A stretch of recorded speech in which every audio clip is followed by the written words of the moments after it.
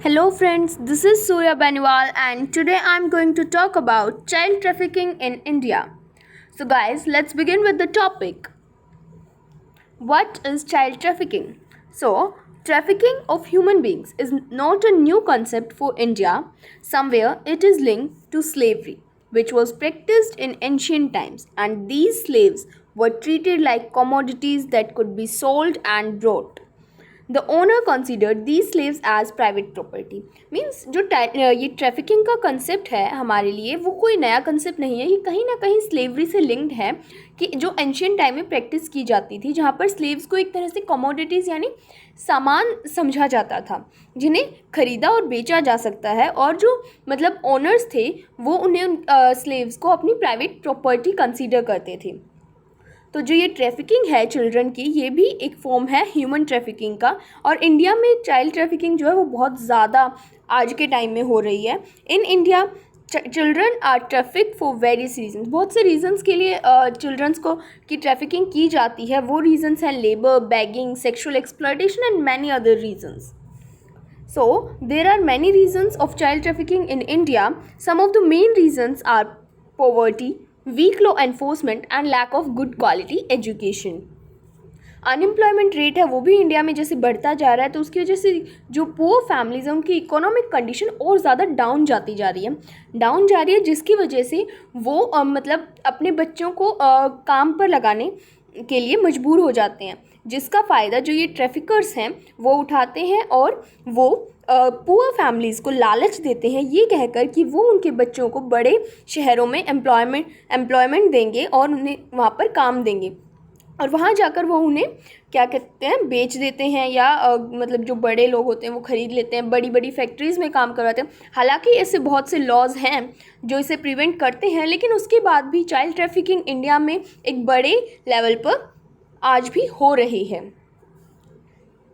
बहुत से एक्सपर्ट्स जो हैं जिन्होंने कहा है कि जो नेशन वाइड लॉकडाउन अभी जो ये लगा है, इसका जब ये खुलेगा तो इसके रिज़ल्ट में क्या होगा, चाइल्ड ट्रैफिकिंग का नंबर बहुत ज़्यादा बढ़ेगा। क्योंकि आप सबको पता होगा कि कोविड-19 की वजह से बहुत से लेबरर्स जो हैं वो बड़े शहरों जैसे दिल्ली, मुंबई, कोलकाता यहाँ से वापस अपने घरों की तरफ निकल गए हैं, और अब वो लोग अपने घर में जाकर रह रहे हैं। इस वजह से वहाँ पर जो बड़े शहरों में क्या है, लेबर की कमी होगी, तो इन ट्रैफिकर्स को मौका मिलेगा कि ये छोटे छोटे बच्चों को वहाँ पर उस काम में इंडल्ज करें। जैसे कि एक NGO है बचपन बचाओ आंदोलन, इसने अलर्ट किया है, इसने एक पिटीशन फाइल की है और उसमें अलर्ट किया है कि that the period of opening after the national lockdown will see a considerable spike in child trafficking for labor and prostitution. The economic crisis during lockdown increased insecurity, poverty and unemployment, due to which the traffickers will try to trap poor families. Now अब हम देख लेते हैं कुछ laws जो child trafficking जैसे offences से deal करते हैं। इंडिया में ऐसे कौन से लॉ हैं जो ऐसे ऑफेंस के साथ डील करते हैं। तो फर्स्ट वन इज़ आर्टिकल 23, हमारा फंडामेंटल राइट है। इसमें क्या है कि जो इंडियन कॉन्स्टिट्यूशन जो एक्सप्लिसिटली बैन करता है ह्यूमन ट्रैफिकिंग को। The next one is immoral traffic prevention act 1956. It is a premier legislation for prevention of trafficking for commercial sexual exploitation.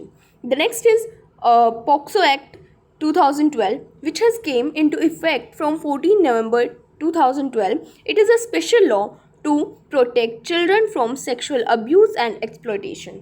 The next is Child Labor Prohibition and Regulation Act 1986, जो कि prohibit करता है बच्चों की employment जो कि below a specific age, means maybe this is 14 in certain specified occupation, means कुछ occupations जो हैं जैसे माइनिंग में हो गया या फिर फैक्ट्रीज़ वगैरह में, वहाँ पर जो है एक स्पेसिफिक एज से छोटे बच्चों की जो एम्प्लॉयमेंट है उसे प्रोहिबिट करता है ये जो एक्ट है ये। It also implies punishment for the employment of minor children. अगर कोई किसी माइनर को जो है किसी ऐसे काम में एम्प्लॉय करता है तो उसके लिए पनिशमेंट भी डिस्क्राइब की गई है इस एक्ट में। सो सेक्शन 370 ऑफ आईपीसी जो है वो भी बात करता है ऐसे ऑफेंसेस से जिसमें ट्रैफिकिंग है, जो कि किसी तरह का फिजिकल एक्सप्लॉयटेशन या फिर any form of sexual exploitation या स्लेवरी, इन सब को इंक्लूड करता है। तो उन सब चीज़ों की बातें सेक्शन 370 ऑफ आईपीसी में की गई हैं और उसकी पनिशमेंट भी बताई गई है, जहाँ पर चाइल्ड विक्टिम को जो है इन सब कामों के लिए किसी, ये जो यहाँ पर है स्लेवरी हो गया, फिजिकल एक्सप्लॉयटेशन हो गया, सेक्सुअल एक्सप्लॉयटेशन हो गया, इन सब कामों में अगर किसी चाइल्ड को इंडल्ज किया जाता है, जहाँ पर विक्टिम कोई चाइल्ड है, तो वहाँ पर उस पर्सन को जो इस ऑफेंस के लिए रिस्पॉन्सिबल है उसे 10 साल से लेकर लाइफ इम्प्रिजनमेंट की सज़ा और ऊपर से फाइन, इस चीज़ का प्रावधान किया गया है।